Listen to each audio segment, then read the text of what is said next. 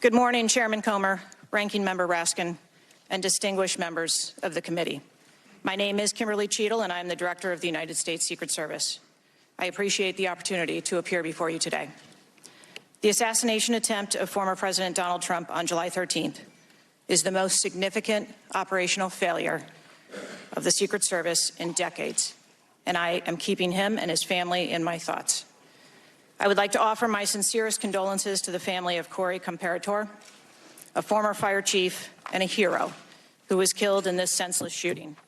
I would also like to acknowledge those who were injured in Butler, David Dutch and James Copenhagen, and I wish them a speedy recovery. I would be remiss if I did not also extend my condolences on the passing of your colleague, Congresswoman Sheila Jackson Lee. Ms. Jackson Lee was always engaged in the oversight of the Secret Service, and her passing is a great loss to this body. The Secret Service's solemn mission is to protect our nation's leaders. On July 13th, we failed. As a director of the United States Secret Service, I take full responsibility for any security lapse of our agency. We are fully cooperating with ongoing investigations. We must learn what happened, and I will move heaven and earth to ensure that an incident like July 13th does not happen again. Let me state unequivocally, nothing I have said should be interpreted to place blame for this failure on our federal, state, or local law enforcement partners who supported the Secret Service in Butler. We could not do our job without them. We rely on the relationships built over years of working together to secure events and conduct investigations. Our agents, officers, and support personnel understand that every day we are expected to sacrifice our lives to execute a no-fail mission. As witnessed on July 13th, our special agents shielded former President Trump with their own bodies on stage while shots were being fired. Selflessly willing to make the ultimate sacrifice without hesitation, I am proud beyond words of the actions taken by the former president's detail, the counter-sniper team who neutralized the gunman, and the tactical team who was prepared to act. I will be transparent as possible when I speak with you, understanding, though, at times that I may be limited in providing a thorough response in this open setting due to associated risks with sharing highly sensitive protective methodologies. I do not want to inadvertently provide you today with inaccurate information. Since January 1st, 2024, the Secret Service has successfully secured over 7,500 sites. Every protective advance comes with its own set of challenges and requires a customized mitigation strategy, including specific assets. Security plans are multi-layered, providing 360 degrees of protection. These layers include personnel, technical, and tactical assets, which are a force multiplier for our protective posture. During every advance, we attempt to strike a balance between enabling the protectee to be visible and our protective requirements to be secure. I know this because I have spent 29 years in this agency. I came up through the ranks.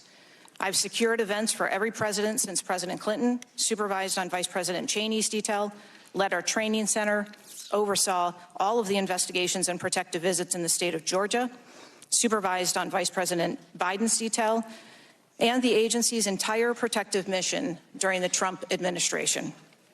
The comprehensive advance process involves collaborative planning between our Secret Service, the protectee's staff, local law enforcement partners, and the level of security provided for the former president increased well before the campaign and has been steadily increasing as threats evolve. The security plan included a full assessment of the Butler Farm showgrounds to identify security vulnerabilities and craft a security plan for the protectee, attendees, and the public. Immediately following the assassination attempt, I directed the activation of my crisis center. I assembled my executive team to begin surging more protective resources to the former president and to ensure the wellness of our people post-incident, all while securing an active crime scene. I immediately ordered a reevaluation of the Republican National Convention security plan, and I increased the security posture in the National Capital Region for all permanent protectees and sites. At the same time, I initiated a mission assurance investigation within our agency. I have instructed my team that all necessary resources will be dedicated to investigating these matters, We will not rest until we have explored every option, and we will leave no stone unturned. But I want to be clear. I am not waiting for these investigations to be completed prior to making changes. Over the past 2 weeks, we successfully led the planning and execution of the 75th NATO Summit and the Republican National Convention. Over the next few months, we will implement security plans for the Democratic National Convention, the United Nations General Assembly, and have already begun planning and coordinating the 2025 inauguration. It is now more important than ever for the men and women of the Secret Service to remain resilient and to focus on what is necessary to carry out our critical mission. Our agency needs to be adequately resourced in order to serve our current mission requirements and anticipate future requirements. The Secret Service currently protects 36 individuals on a daily basis, as well as world leaders who visit the United States, like Israeli Prime Minister Benjamin Netanyahu, who arrived in Washington, D.C. today. The coming years will bring an unprecedented heavy protection tempo. I have no doubt that the processes that I have implemented during my tenure as director, in addition to my nearly 30 years of experience in this agency, have positioned the Secret Service to be stronger. Our mission is not political. It is literally a matter of life and death, and the tragic events on July 13th remind us of that. I have full confidence in the men and women of the Secret Service. They are worthy of our support in executing our protective mission.